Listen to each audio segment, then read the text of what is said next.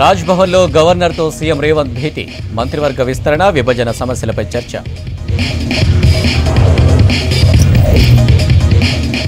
విద్యుత్ కమిషన్పై కేసీఆర్ పిటిషన్ను కొట్టేసిన హైకోర్టు, విచారణ చేసేందుకు జస్టిస్ నరసింహారెడ్డికి అర్హత ఉందని వ్యాఖ్య. భారతీయ న్యాయ సంహిత డిజిటల్ సిగ్నేచర్తో మొదటి ఎఫ్ఐఆర్, చార్మినార్ పోలీస్ స్టేషన్లో కేసు నమోదు చేశామని డీజీపీ ట్వీట్. ఈ నెలలో అధిక వర్షపాతం నమోదయ్యే అవకాశం ఉన్న ఐఎండీ, రానున్న 3 రోజులు సిటీతో పాటు జిల్లాలకు రెయిన్ అలర్ట్.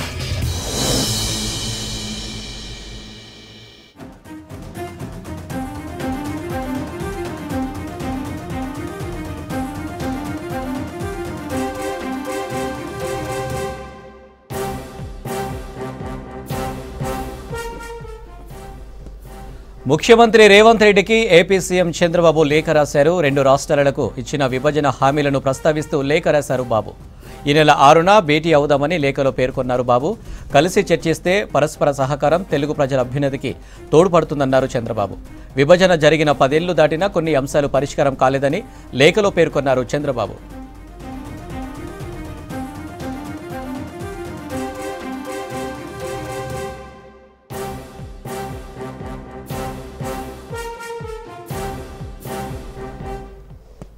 ముఖ్యమంత్రి రేవంత్ రెడ్డికి ఏపీ సీఎం చంద్రబాబు లేఖ రాశారు. 2 రాష్ట్రాలకు ఇచ్చిన విభజన హామీలను ప్రస్తావిస్తూ లేఖ రాశారు బాబు. ఈ నెల 6న భేటీ అవుదామని లేఖలో పేర్కొన్నారు బాబు. కలిసి చర్చిస్తే పరస్పర సహకారం తెలుగు ప్రజల అభ్యున్నతికి తోడ్పడుతుందన్నారు చంద్రబాబు. విభజన జరిగి 10 ఏళ్లు దాటినా కొన్ని అంశాలు పరిష్కారం కాలేదని లేఖలో పేర్కొన్నారు చంద్రబాబు.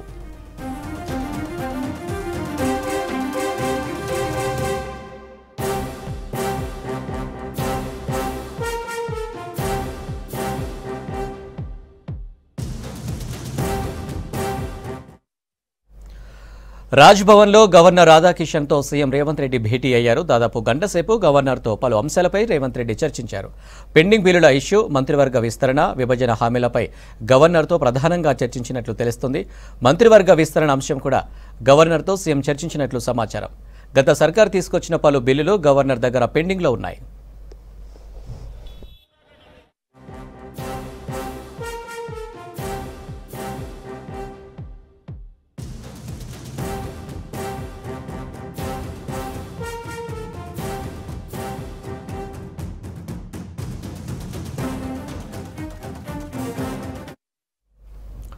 ఇందిరమ్మ ఇండ్ల పథకం అమలుకు ఇతర రాష్ట్రాలు అధ్యయనం చేసి త్వరగా ప్రభుత్వానికి నివేదిక ఇవ్వాలని అధికారులను ఆదేశించారు డిప్యూటీ సీఎం భట్టి విక్రమార్క.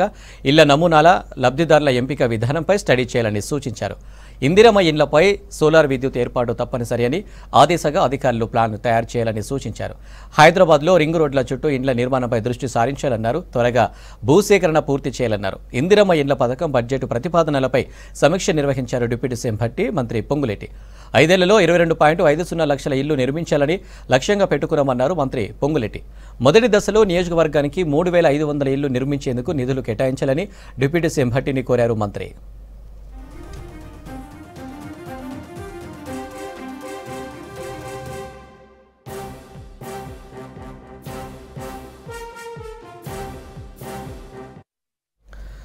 వారం 10 రోజుల్లో గాంధీ, ఉస్మానియా, కాకతీయ హాస్టల్స్ భవనాలకు శంకుస్థాపన చేస్తామన్నారు మంత్రి దామోదర రాజనరసింహ. త్వరలోనే పనులకు సంబంధించిన టెండర్లను పిలుస్తామన్నారు. రాష్ట్రంలో కొత్తగా 435 డాక్టర్ పోస్టులు భర్తీ చేస్తామన్నారు. హైదరాబాద్ బంజారా హిల్స్లోని మినిస్టర్ క్వార్టర్స్లో డాక్టర్స్తో కలిసి ఇంటర్నేషనల్ డాక్టర్స్ డే సెలబ్రేషన్స్లో పాల్గొన్నారు మంత్రి. రాష్ట్రంలో వైద్య ఆరోగ్య శాఖను మరింత బలోపేతం చేస్తామన్నారు మంత్రి దామోదర రాజనరసింహ. మన తెలంగాణ సమాజానికి సేవలు అందియాలి. ఇకపోతే ఈ మధ్యలో మీరు చూస్తున్నారు అన్ని నిర్ణయాలు ఏ రకంగా ప్రభుత్వం నిర్ణయాలు తీసుకుంటుంది అనేది. మొన్న చూశారు జీవడాస్ సమ్మె, వారితో చర్చించి ఆల్మోస్ట్ 95% ఇష్యూస్ని రిజాల్వ్ చేసుకుంటూ కలిసికట్టుగా మనం పనిచేయాలి. ఎక్కడ ల్యాక్యూనా ఉన్నా, లొసుగులు ఉన్నా దాన్ని సరిదిద్దే ప్రయత్నం చేయాలి. So difference of opinion will be there, we should respect it because we are in society. కానీ ఎంత మేరకు, ఏ మేరకు ప్రభుత్వము మీకు సేవలు అందియగలుగుతుంది, మీ ద్వారా ప్రజలకు సేవలు అందియగలుగుతుంది అనేది ప్రధానమైన అంశము. ఇన్నేళ్ళ మనకు ఉస్మానియాకు ఒక హాస్టల్ బిల్డింగ్ లేదు, గాంధీకి ఒక హాస్టల్ బిల్డింగ్ లేదు, రిపేర్స్ లేవు. ఇవన్నీ కూడా ఒకటే మాట పైన 204 కోట్ల రూపాయల జీవో తీసుకొచ్చింది. ఇలా ముఖ్యమంత్రి గారికి ధన్యవాదాలు తెలియజేస్తున్నాను. మీ డిఎంఈకు సుమారు 406 కోట్ల రూపాయలు 1 ఇయర్ బీఆర్ఓని రిలీజ్ చేసింది. త్వరలోనే మీ అందరి సహకారంతో త్వరలోనే మనము ఒక వారం 10 రోజుల లోపల ఉస్మానియా, గాంధీ, కాకతీయాలకు మనం శంకుస్థాపన చేసుకున్నాం. With in span of 6 months we have come out with a notification for recruitment of 435 civil servants. Weekend వచ్చిందంటే చాలు పబ్బుల్లో డ్రగ్స్ సప్లై అవుతుందని చెకింగ్ చేస్తున్నారు పోలీసులు. కొత్తగా డీజేలు కూడా డ్రగ్స్ సరఫరా చేస్తున్నారని పోలీసుల రైడ్స్లో తెలిసింది. హైదరాబాద్ పబ్బుల్లో జరుగుతున్న డ్రగ్స్ దందాను పట్టుకోవడానికి కొత్తగా ట్రై చేస్తున్నారు. స్నీఫర్ డాగ్స్తో తనిఖీలు చేస్తున్నారు సిటీ పోలీసులు.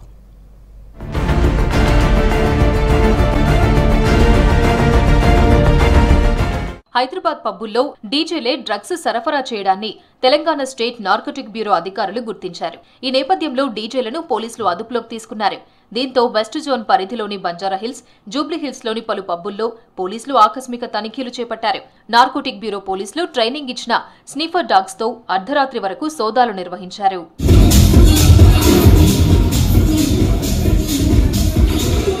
తెలంగాణను డ్రగ్స్ రహిత రాష్ట్రంగా మార్చాలని అధికారులకు సీఎం రేవంత్ రెడ్డి స్పష్టమైన ఆదేశాలు ఇచ్చారు. దీంతో హైదరాబాద్ పోలీసులు కార్యాచరణ మొదలుపెట్టారు. అందులో భాగంగానే వీకెండ్స్ లో వెస్ట్ జోన్ పరిధిలోని పబ్బులపై పోలీసులు ఫోకస్ పెట్టారు. గతంలో డ్రగ్స్ సేవించిన వారిని పరీక్షించాలంటే రక్త నమూనాలు, మూత్ర పరీక్షలు చేసేవారు. కానీ ఇప్పుడు క్షణాల్లోనే డ్రగ్ డ్రాపర్ పరీక్ష కిట్టుతో క్షణాల్లోనే మత్తు పదార్థాలు సేవించారో లేదోనని వెంటనే తెలిసిపోతుందంటున్నారు పోలీసులు.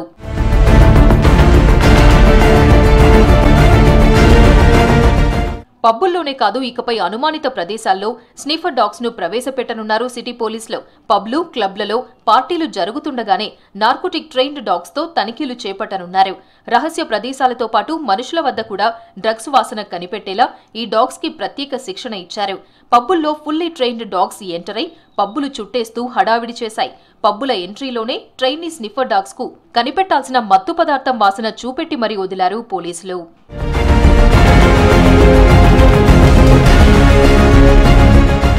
కాంగ్రెస్ ప్రభుత్వం కొలువుదీరాక డ్రగ్స్ పై ప్రత్యేక దృష్టి సారించింది. మాదక ద్రవ్యాలపై ఉక్కుపాదం మోపుతామని, ఎంతటి వారినైనా వదిలిపెట్టేది లేదని హెచ్చరించింది రాష్ట్ర ప్రభుత్వం. హైదరాబాద్ పోలీస్ కమిషనర్ కొత్తకోట శ్రీనివాస్ రెడ్డి కూడా ఇలాంటి ప్రకటనే చేశారు. దీంతో సిటీలో పోలీసులు విస్తృత తనిఖీలు చేస్తున్నారు.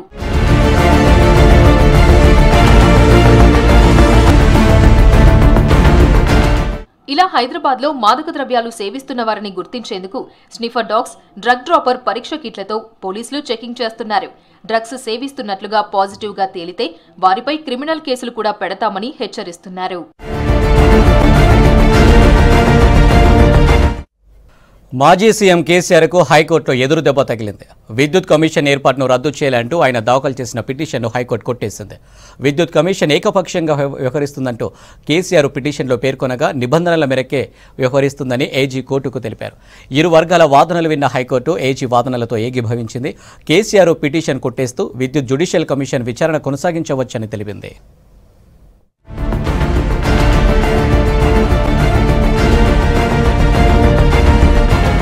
బీఆర్ఎస్ అధినేత మాజీ సీఎం కేసీఆర్ కు హైకోర్టులో చుక్కెదురైంది. గత బీఆర్ఎస్ ప్రభుత్వం హయాంలో విద్యుత్ కొనుగోళ్లు, పవర్ ప్రాజెక్టుల నిర్మాణంలో అక్రమాలపై ప్రభుత్వం ఏర్పాటు చేసిన జ్యుడిషియల్ కమిషన్ను రద్దు చేయాలంటూ కేసీఆర్ వేసిన రిట్ పిటిషన్ను హైకోర్టు కొట్టివేసింది.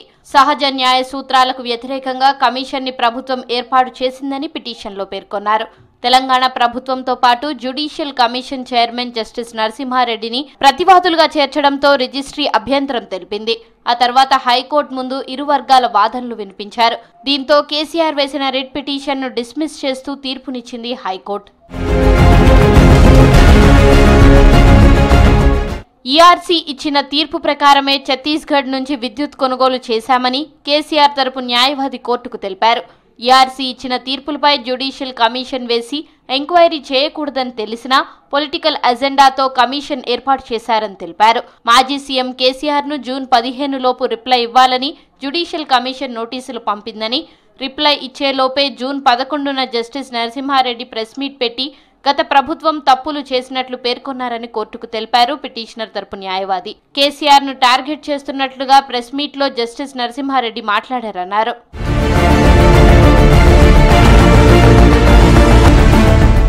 విద్యుత్ కొనుగోళ్ల అక్రమాలపై ఎలాంటి విచారణకైనా సిద్ధమని అసెంబ్లీలో అప్పటి విద్యుత్ శాఖ మంత్రి ప్రకటించారని కోర్టుకు తెలిపారు ఏజీ. వారే విచారణకు సిద్ధమని చెప్పి ఇప్పుడు కమిషన్ ఏర్పాటును ఎలా వ్యతిరేకిస్తారన్నారు. కమిషన్ చైర్మన్ ప్రెస్ మీట్ లో కేవలం ఎంక్వైరీ స్టేటస్ మాత్రమే వివరించారని కోర్టుకు తెలిపారు. జ్యుడిషియల్ కమిషన్ చట్ట ప్రకారమే ఏర్పాటు చేశామని తెలిపిన ఏజీ వాదనతో ఏకీభవించిన high court chief justice Alok Aradhe KCR వేసిన రిట్ పిటిషన్ ను డిస్మిస్ చేస్తూ ఆర్డర్ పాస్ చేశారు. జ్యుడిషియల్ కమిషన్ తమ ఎంక్వైరీ కంటిన్యూ చేయొచ్చని కూడా తెలిపింది హైకోర్టు. మరోవైపు జ్యుడిషియల్ కమిషన్ ఎంక్వైరీ చేస్తే తప్పేంటని పిటిషనర్ ను ప్రశ్నించింది హైకోర్టు. ఎంక్వైరీ రిపోర్టు వచ్చిన తర్వాత దాన్ని అసెంబ్లీలో ప్రవేశపెట్టాక దానిపై చర్చించొచ్చని తెలిపింది.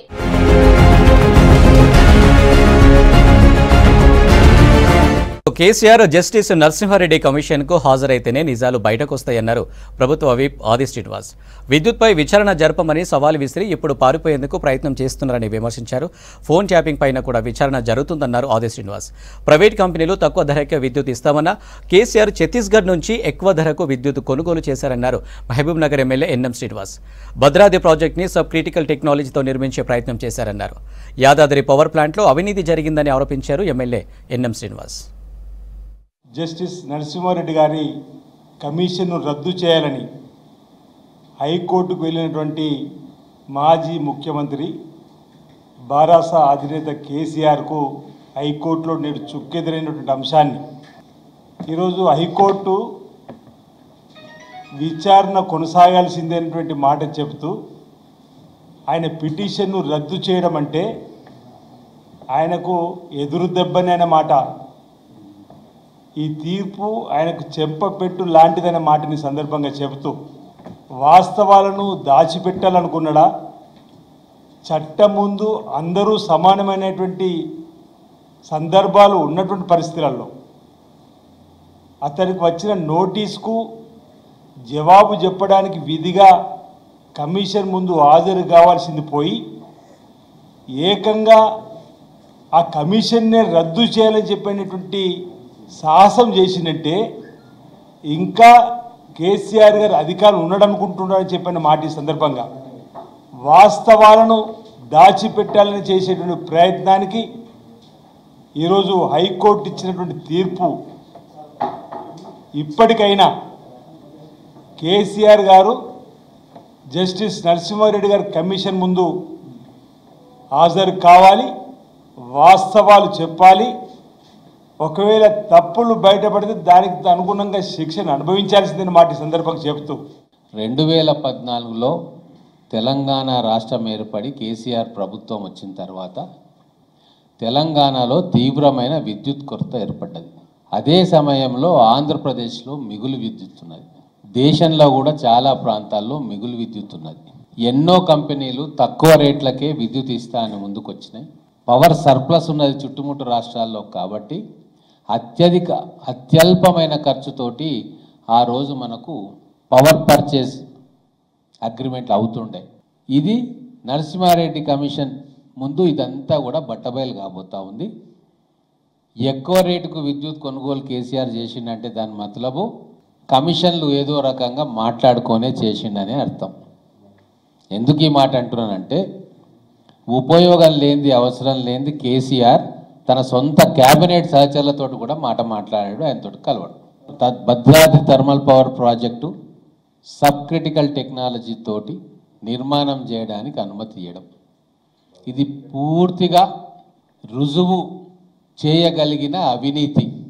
వేల కోట్ల రూపాయల సామాగ్రి ఆ రోజు BHEL దగ్గర 6 సంవత్సరాలుగా నిరుపయోగంగా పడున్నది. యాదాద్రి థర్మల్ పవర్ ప్లాంట్లో కూడా అనేక అవకతవకలు.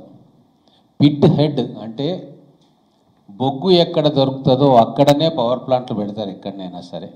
తెలంగాణ ఓటర్కు తెలివే లేదు, ఆంధ్ర ఓటర్కు చాలా తెలివి ఉంది అన్నారు. ఇప్పుడు తెలంగాణ ఓటర్ తెలివి చూపించిండు, ఆంధ్ర ఓటర్ కూడా తెలివి చూపించిండు. పిచ్చి తుగులకు పాలన చేస్తున్న ఇద్దరు మూర్ఖపు ముఖ్యమంత్రులను ఇంటిదారి పట్టించి తెలుగువారందరూ కూడా తెలివిగల వారే అని చెప్పి రుజువు చేసిరు.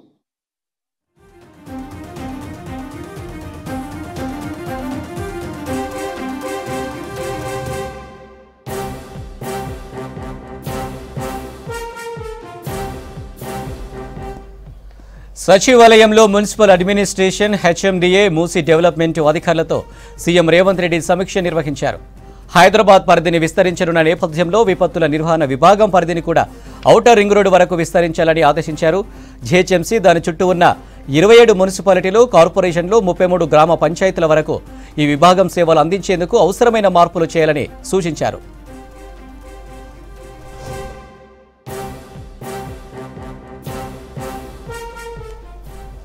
మరిన్ని డీటెయిల్స్ యాదగిరి అందిస్తారు. యాదగిరి, కేబినెట్ కు వ్యవసాయ శాఖ నోట్పై అప్డేట్స్ ఏంటి?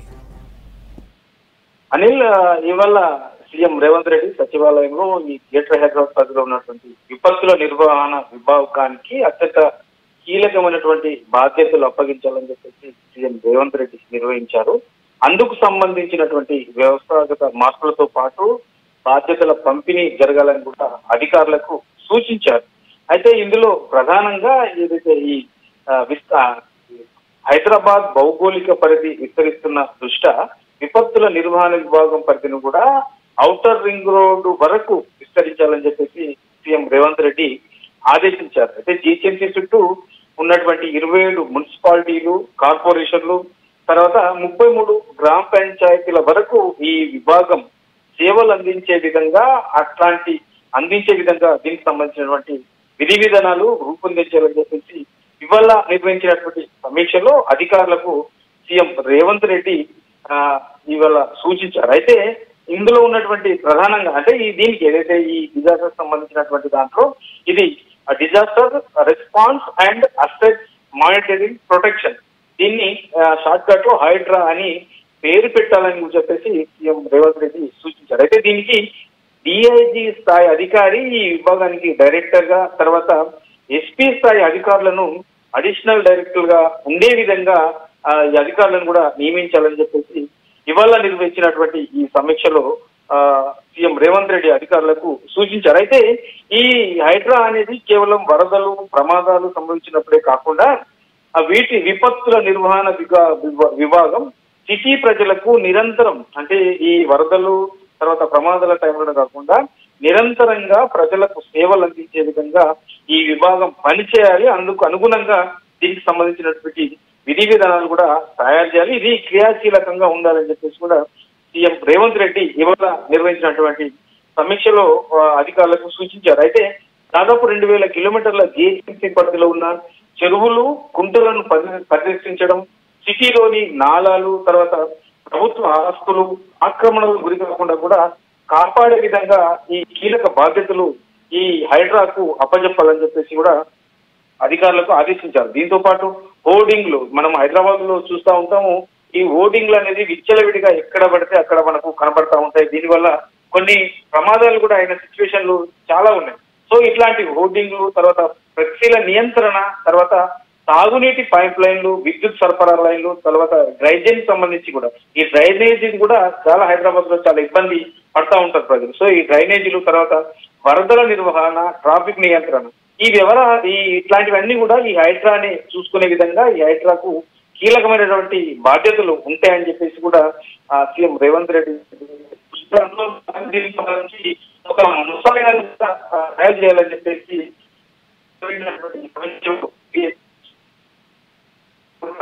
జారీ చేశారు. ఇక ముస్లిం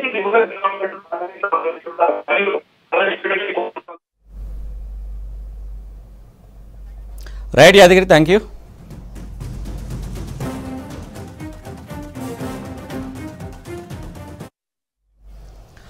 నిజాయితీగా ఉండడం వల్లే తన మీద చేసిన ఈడీ రైడ్లు నిలవలేకపోయాయన్నారు చెన్నూరు ఎమ్మెల్యే వివేక్ వెంకటస్వామి.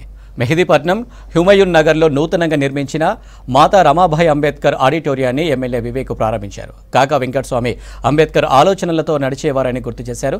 ప్రతి ఒక్కరికి విద్యను అందించాలనే ధ్యేయంతో అంబేద్కర్ విద్యా సంస్థలు స్థాపించామన్నారు.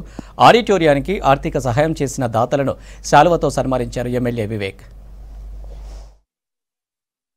నేను మా నాన్నగారు వెంకటస్వామి గారు చాలాసార్లు చెప్పేవారు, మీరు ఎప్పుడన్నా సంపాదన ఉంటే మంచిగా కాంట్రిబ్యూట్ చేయాలి, చారిటబుల్ ట్రస్ట్ పెట్టి చాలామందికి మీరు ఉపయోగపడాలని చెప్పి వారి ఆదేశాల ప్రకారంగా నాకు కూడా ఒక ఆపర్చునిటీ వచ్చింది.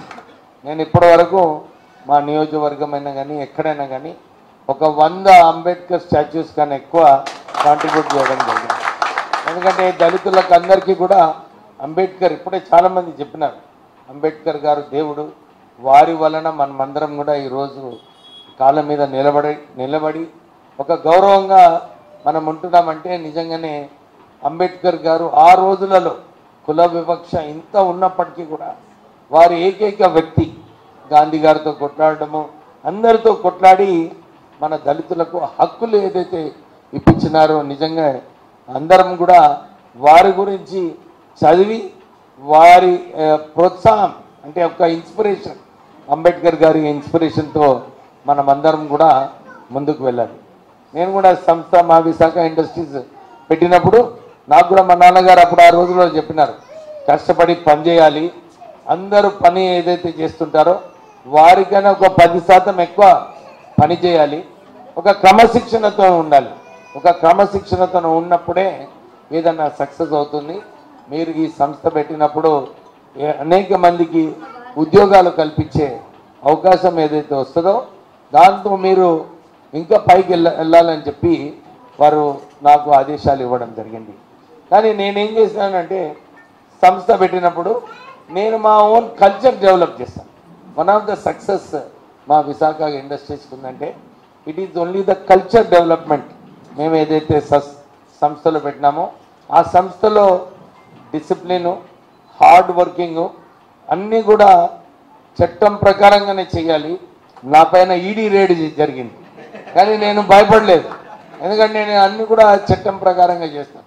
ఐఎమ్ ద ఓన్లీ పర్సన్ ఇక్కడ ఈడీ రేడ్ కావడం. కానీ ఎందుకు చెప్తున్నానంటే ఈ విషయము ఆ ధైర్యం మా నాన్నగారు కల్పించినారు. ఏది కూడా సరిగా పని చేసుకోండి, సరిగా పని చేసుకున్నప్పుడే ఎవరితోనైనా ఏ విషయంలోనైనా కొట్లాడగలుగుతారని చెప్పి వారు ఆ ధైర్యము, ఆ కల్చరు, ఆ క్రమశిక్షణ వారు ఏదైతే నేర్పించినారో ఈరోజు ఇక్కడ నిలబడ్డానంటే కేవలం మా నాన్నగారు. అంబేద్కర్ గారు ఏదైతే చెప్పినారో ఎడ్యుకేషనే మనకు ఈ కుల వివక్ష దూరం కావాలంటే ఎడ్యుకేషన్ ఉన్నప్పుడు ఎవరు కూడా మనల్ని అణచివేయలేరు. మనం కూడా కొట్లాడి మనం కూడా మంచిగా పని చేసుకొని మంచి పేరు సంపాదించుకోవాలని చెప్పి అంబేద్కర్ గారు ఏదైతే చెప్పారో దాని గురించి మనం అందరం కూడా పాటించాలని చెప్పి మీ అందరితో కోరుతూ, one borewell is required to the Ambedkar Bhavan, Humayun Nagar to meet the day-to-day water requirement. Plus, in case of failure in supply of water through the Water Works Department, and also as and when family functions are taken place, then kindly arrange sanction from appropriate authority, please. Number 3, the existing drainage system in the entire locality is very old one and it is in bad condition at present and requires a new system in place of existing one immediately. Very big clap. ఇది అంత ఈజీగా సాధ్యమయ్యే విషయం కాదు. ఇట్లాంటి గొప్పతనాన్ని సాధించడం sir కాదు, మనందరం సాధించినట్టుగానే మనం భావించాలి. Great honour to the great Vivekananda sir and the team, yes and the team total university. ఇంకా ఇది ప్రపంచ స్థాయిలో అభివృద్ధి చెందాలని అందరం మనస్ఫూర్తిగా కోరుకుందాం. Very very great, congratulations sir, thank you. First priority should be taken to fill up all the backlog vacancies available in the state. దాన్ని ఫస్ట్ ప్రయారిటీగా తీసుకొని నింపమని చెప్తాను. దాని తర్వాత we have requested him for appointment. ఈ సొసైటీలో పర్టికులర్గా ఈ తెలంగాణలో మోస్ట్ ఆఫ్ ది డిస్ట్రిక్ట్స్ నేను పర్టికులర్గా తిరిగి పనిచేసే ప్రయత్నాన్ని మేము కొనసాగిస్తూనే ఉన్నాం.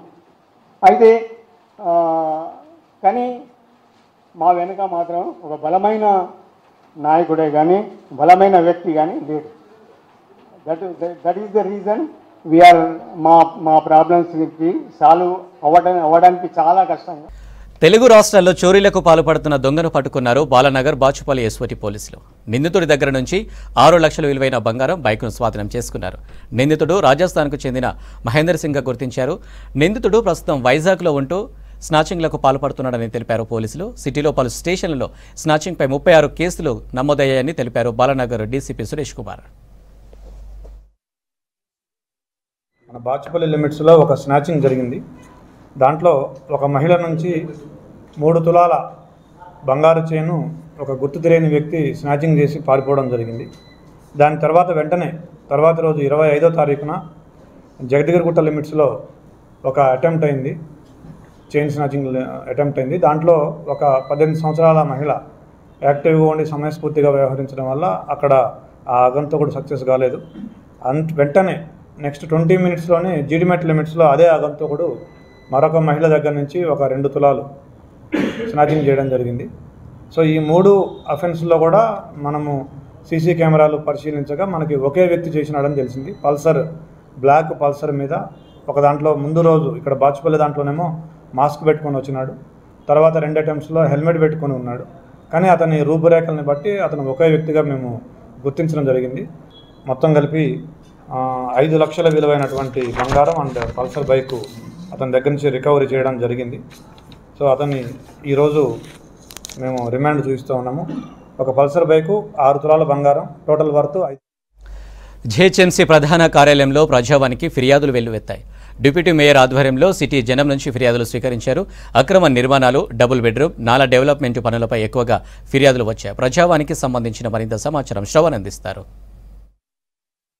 జీహెచ్ఎంసీ ప్రధాన కార్యాలయంలో 10:30 ప్రజావాణి స్టార్ట్ అయింది. ఇది జీహెచ్ఎంసీ ప్రధాన కార్యాలయంలోని మొదటి అంతస్తులో పన్వర్ హాల్లో ప్రస్తుతం ప్రజావాణి జరుగుతుంది. జనంకి ఉన్నటువంటి సమస్యలు అధికారుల దృష్టికి తీసుకొని వచ్చి వాటిని పరిష్కరించాలని అధికారులను దాంతోపాటు డిప్యూటీ మేయర్ని కోరుతున్నారు. సో డిప్యూటీ మేయర్ ఆధ్వర్యంలో ప్రస్తుతం ప్రజావాణి జరుగుతుంది. డిప్యూటీ మేయర్తో మాట్లాడదాం. మేడం, ఏంటి సమస్యలు బాగా ఉన్నట్టున్నాయి? హైదరాబాద్లో జనం చాలా మంది వస్తున్నట్టున్నారు. సమస్యలు ఏమీ లేవు, ఎప్పుడు వచ్చే ప్రజలే వాళ్ళు. ప్రజలు అన్న తర్వాత సమస్య ఉండకుండా ఉండదు, జిహెచ్ఎంసీ అన్న తర్వాత కూడా సమస్య ఉండకుండా ఉండదు. కాకపోతే వచ్చిన ప్రజల్ని మేము కంప్లైంట్స్ తీసుకొని గ్రేవియన్సెస్ ఎన్నైతే ఉన్నాయో వస్తున్నాయో వాటిని కంప్లీట్ చేయడానికే మేము చూస్తున్నాము. సమస్యలు ప్రజల్లో ఉన్నాయి, మనకు ఉన్నాయి, కొన్ని జిహెచ్ఎంసీ ఉన్నాయి, కొన్ని మన కూడా ఉన్నాయి. కాబట్టి మేమందరం ఈ వారం ప్రజావాణి అనేదే ప్రజల కోసం పెట్టడం జరిగింది. కాబట్టి కంప్లైంట్స్ తీసుకొని వాళ్ళకి ఎప్పుడైతే 1 వీక్లో సాల్వ్ అయ్యేటి ఉంటే 1 వీక్లో చేస్తున్నాము, లేదంటే ఇంకో నెల పడుతుందని చెప్పి వాళ్ళకి నెలలో చేసేటి ఉంటే అవి కూడా చేస్తున్నాం. ప్రజలకు ఎలాంటి ఇబ్బంది లేదు. ప్రజావాణి పెట్టినప్పటి నుంచి ప్రజలు చాలా సంతోషంగా ఉన్నారు. చిన్న సమస్యల కోసం ఇక్కడ కూడా వచ్చి వాళ్ళు చెప్పుకోవడం జరుగుతుంది. అవి ఇమ్మీడియట్ గా మేము ఇక్కడ హెచ్ఓడీస్ కి, ఆఫీసర్స్ కి అందరికి కూడా మేము చెప్పడం జరుగుతుంది. వాళ్ళందరూ మీకు ఉన్నటువంటి సమస్య ఏందనేది ప్రధానంగా చెప్పేటువంటి ప్రయత్నం. ఇప్పుడు సార్ టౌన్ ప్లానింగ్ లో ఎల్బీ నగర్ జోనల్లో దాదాపుగా 2 years నుంచి అప్లికేషన్ మొత్తం ఇర్రెగ్యులర్ గా కన్స్ట్రక్షన్ చేస్తుడు. పర్మిషన్ కంటే ఓవర్ కన్స్ట్రక్షన్ చేస్తుడు. ఎన్ని కంప్లైంట్ చేసినా పక్క ప్లాట్లకు ఎంక్రోచ్ అయ్యిండు. దానికి కూడా ఏం యాక్షన్ లేదు.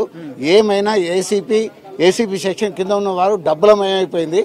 ఆఫీసుకు పోతే ఖచ్చితంగా ఆ క్యాండిడేట్ తీసుకొచ్చి ఎవరైతే వస్తుందో అతని మీద బలవంతం చేసి దౌర్జన్యం చేపించే పరిస్థితికి వచ్చినది. ఎన్ని అయినా లెక్క చేస్తలేరు.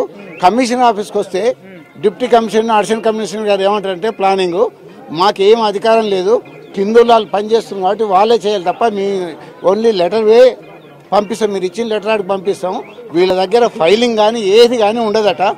ఓన్లీ వచ్చిన ఎండార్స్మెంట్లో వేసిన లెటర్ని ఏ సెక్షన్ ఏది పోయిందో అక్కడ పంపిస్తారు. పై ఆఫీసర్ని కింద మేము లెటర్లు ఇచ్చినా కూడా కింద ఆఫీసర్లు ఏసీపీ వాళ్ళు ఎల్బీ నగర్ అసలు లెక్క కూడా చేస్తలేరు. వాళ్ళ మెమో ఇచ్చినా కూడా లెక్క కూడా చేస్తలేరు. ఏ పరిస్థితిలో కూడా రెస్పాండ్ అంటే వీళ్ళదేంది ఆల్రెడీ వీళ్ళుగా ఉన్న పార్ట్ కాబట్టి వీళ్ళు ఏ యాక్షన్ తీసుకోలేని పరిస్థితుల్లో వాళ్ళు ఉన్నారు. మాట్లాడదాం. ఏంది నీ సమస్య? తూతూ మంత్రంగానే నడుస్తుంది. అమ్మవారు వస్తానన్నారు, కొత్తగా వచ్చింది, ఆమె జాడ పత్తే లేదు. అమ్రపాలి ఆమె వస్తుందని ఇప్పటి వరకు ఎదురు చూస్తున్నాము. ఆమె కోసం ఏమి రాలేదు. పొద్దుగాల 9 గంటలకు ఇంట్లోకెళ్ళి వెళ్ళినాం. అందరు దొంగలు 2015 నుంచి తిరుగుతున్నా. ఇంత పెద్ద లెటర్ మన జోనల్ కమిషనర్ ఎల్బీ నగర్కి ఇచ్చినా కూడా దాన్ని ఎవ్వరు ఏం చూస్తలేరు.